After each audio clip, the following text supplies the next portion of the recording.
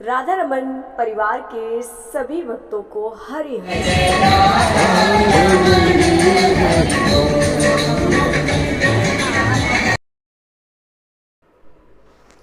तो आप सभी जानते हैं कि पहले भी मैंने आपको बताया जय बाबा की जय बाबा। यहाँ अचानक गुरुदेव का आगमन हुआ था ग्वालियर में, तो सभी लोग उपस्थित थे गुरुवाणी सुनने के लिए और बहुत ही अद्भुत वार्तालाप यहाँ हुआ। गुरुदेव का प्रसंग सभी ने सुना जो हमारे आपके जीवन में बहुत ही ज़्यादा महत्व रखता है। और आप सभी जानते हैं गुरुवाणी बहुत पवित्र होती है। गुरुदेव हरिया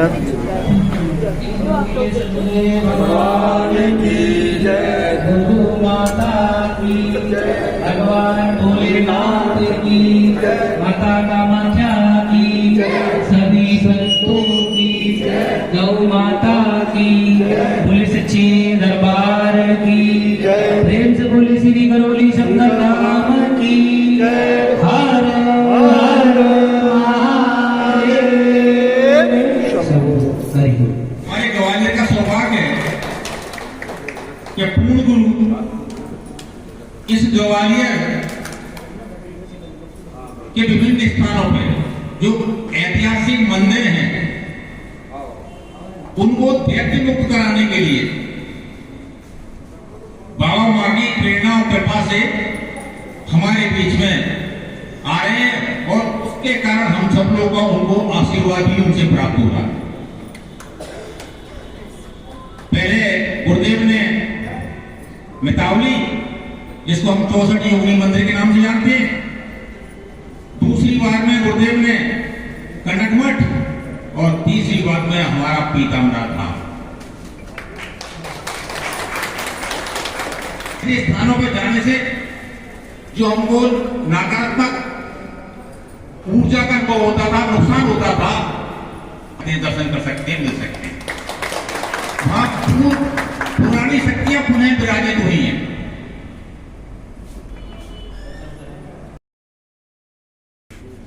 एक धाम और तो हमारे ग्वालियर क्षेत्र की जनता वहां से बहुत लगी हुई और हमारे मैं सदगुरुदेव के चरणों में केवल इतना ही विनम्र आग्रह करूंगा कि कभी गुरुदेव वहां भी कृपा करें, उस स्थान को भी शुद्ध करें।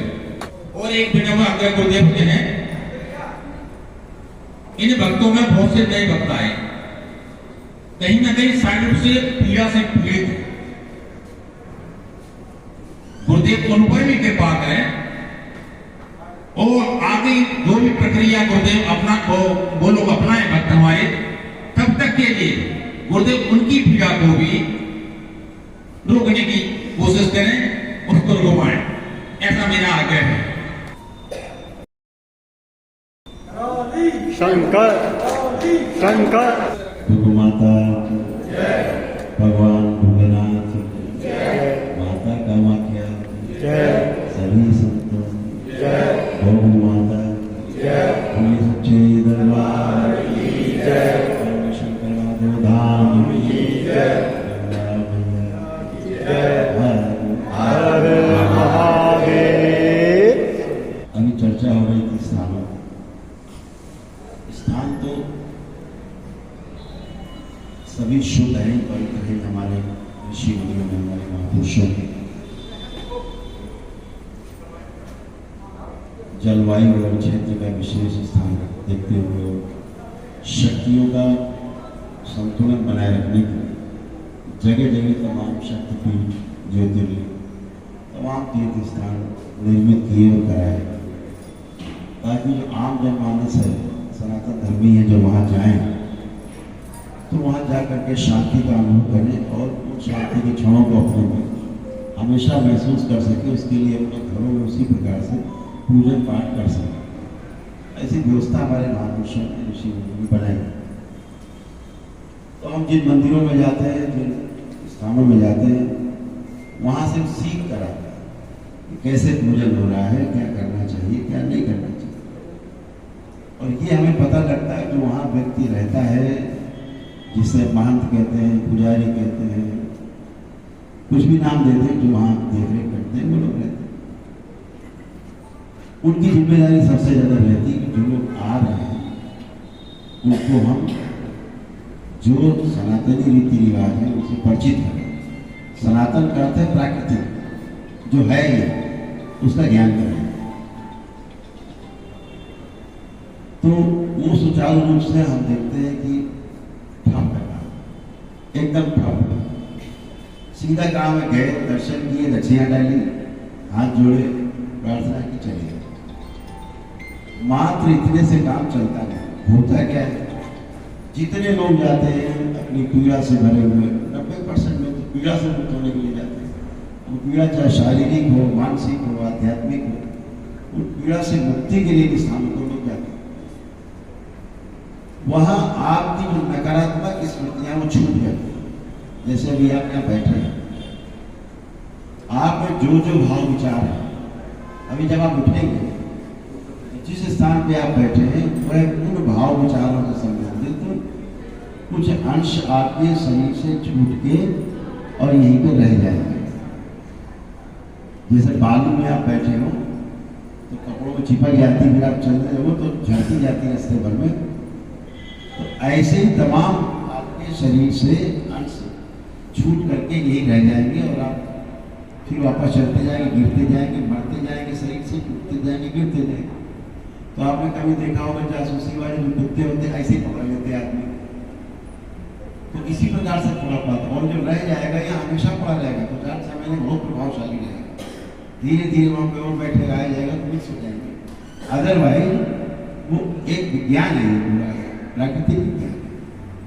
तो ऐसे ही जब आप कहीं जाते हैं तो अपनी स्मृतियाँ छूट जाती हैं। आप यहाँ बैठे जिस भाव से, दूसरा व्यक्ति आएगा उस जगह बैठेगा, आपके जो भाव छूट गए हैं, जो दूसरा आगे व्यक्ति बैठा है उसमें उसी प्रकार के भाव आने लग जाएंगे।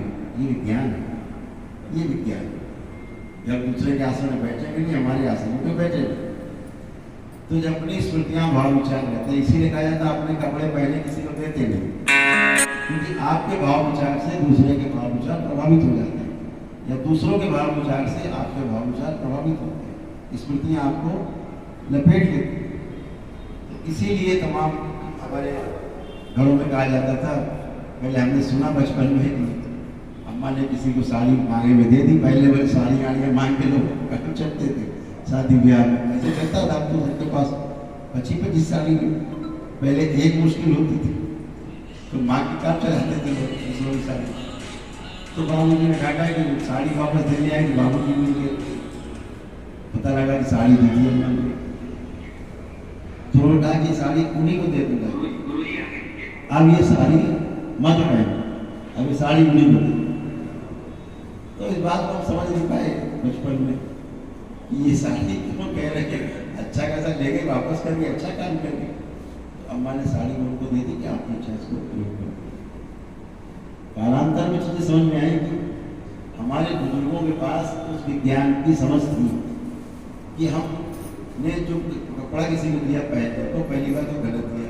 हमारे जो मानसिक विकार है या अच्छाइयाँ जो भी रहते हैं तो दूसरे में गई, अब दूसरे ने पहने आपने भी पहन ली, अब उसके मानसिक विकार और जो समस्याएं वो आपको धीरे धीरे महसूस होने लगी।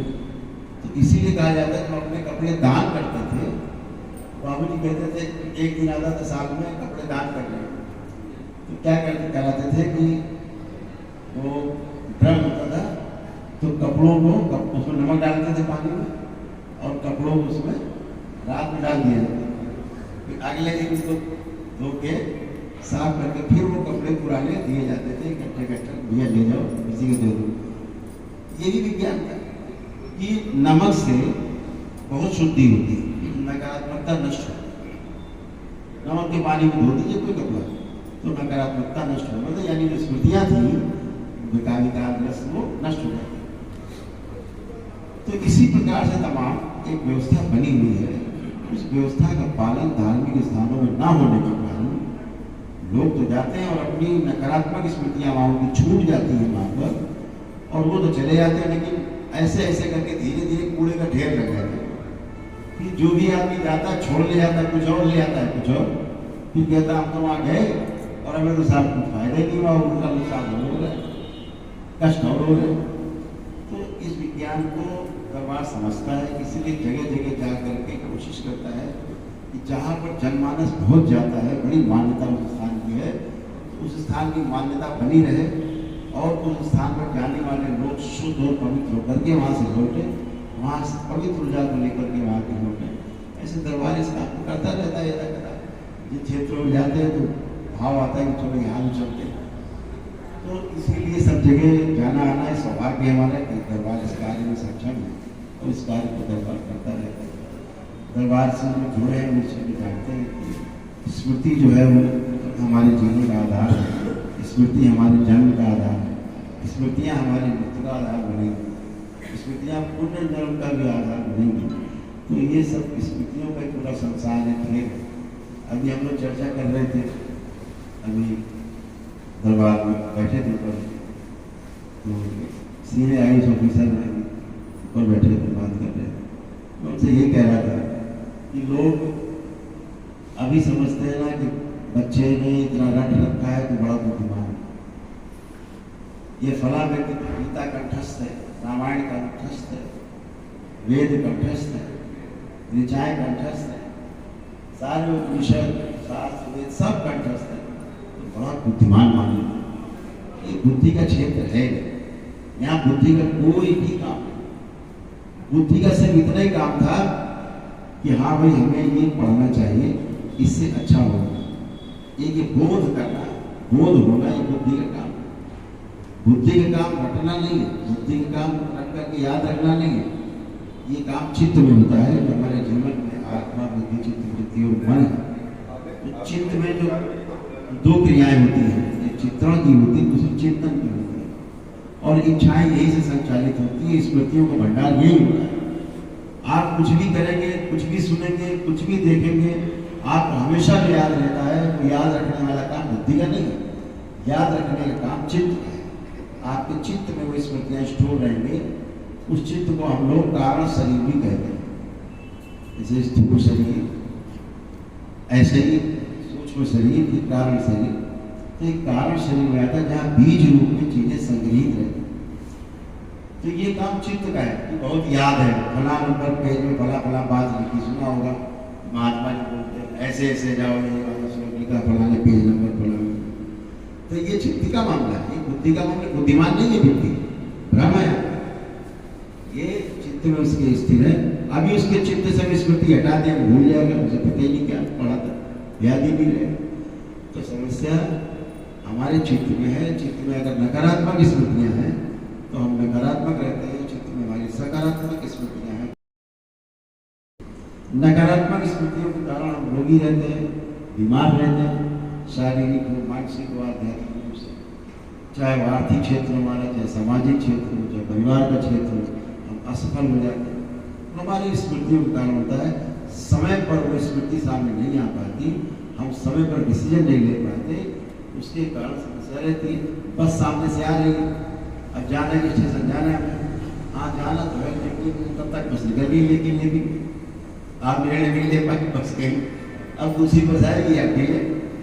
तो चित्त का काम है समय पर चीजों को आपको स्मृति आ जाए, आगे वो स्मृति आ जाए। ये आगे दूसरी स्मृति रहेगी और दूसरी स्मृति रहेगी तो जिस काम की स्मृति पीछे है और जो काम की नहीं वो आगे है, सब गड़बड़ है।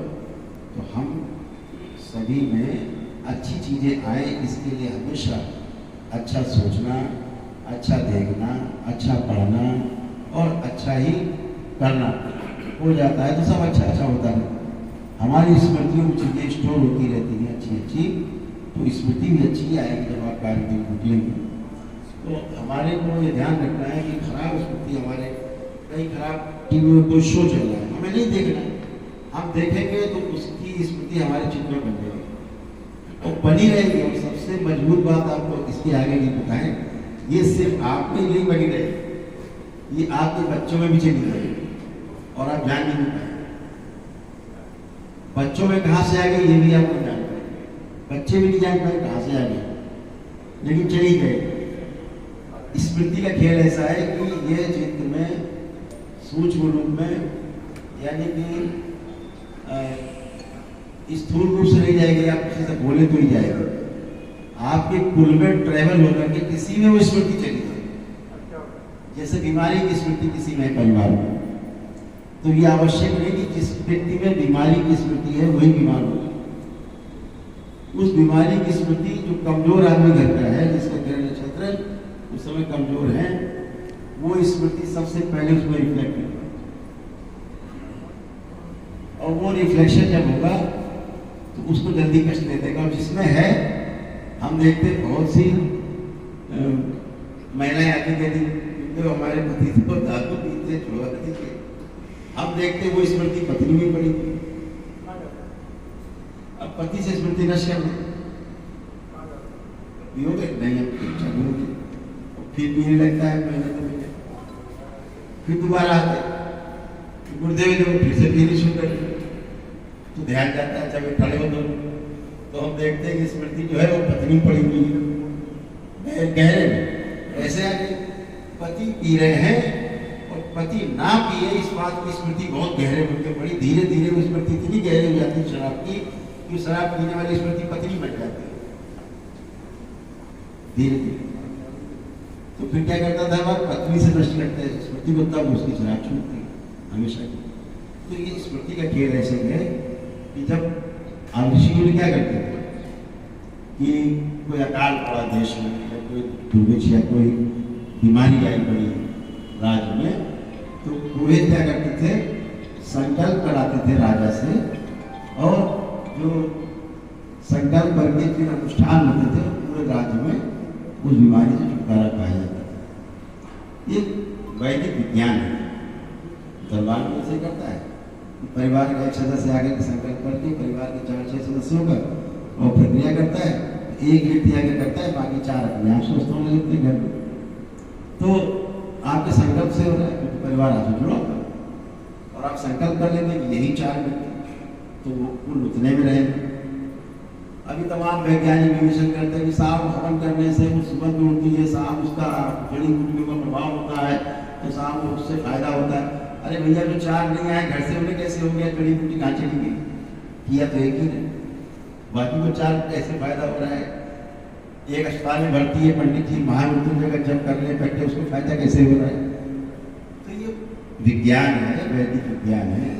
तो हमारे ऋषि मुनि क्या करते थे कि राजा को संकल्प कराया और राज्य से जो संकट होता था, बाढ़ का, सूखा का, महामारी का, वो नष्ट हो जाता। कैसे नष्ट हो जाता था, सबसे कैसे जाता है, दरबार कहता है भाई अगर किसी देश में राज्य में अगर कोई संकट है तो उस राज्य का मुखिया, देश का मुखिया अगर उस बीमारी को नष्ट करने का संकल्प ले ले और वैदिक प्रक्रिया कराई जाए तो उसको काबू पाया जा सकता है।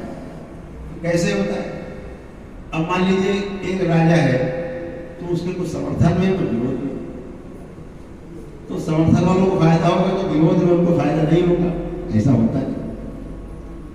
जुड़े दोनों ही है राजा से, एक समर्थन कर रहा है विरोध में, एक समर्थन में है विरोध में, समर्थन वाला भी जुड़ा है और विरोध वाला भी जुड़ा हुआ है राजा से, दोनों ही जुड़े। स्मृति महाविज्ञान कहता है कि दोनों ही जुड़े रहने के कारण राजा जब संकल्प लेता है राज्य का तो विरोधी को भी और समर्थक को भी, दोनों को बराबर लाभ होगा। इसलिए राजा को संकल्प कराया जाता था कि आप संकल्प लें कि हमारे राज्य में शांति हो, सुख है, समृद्धि हो। बुखार और विंध्य से आप लोगों ने ये वाणी सुनी। आगे गुरुदेव ने क्या कहा नेक्स्ट ब्लॉग में आप लोग जरूर देखें। हरि हर।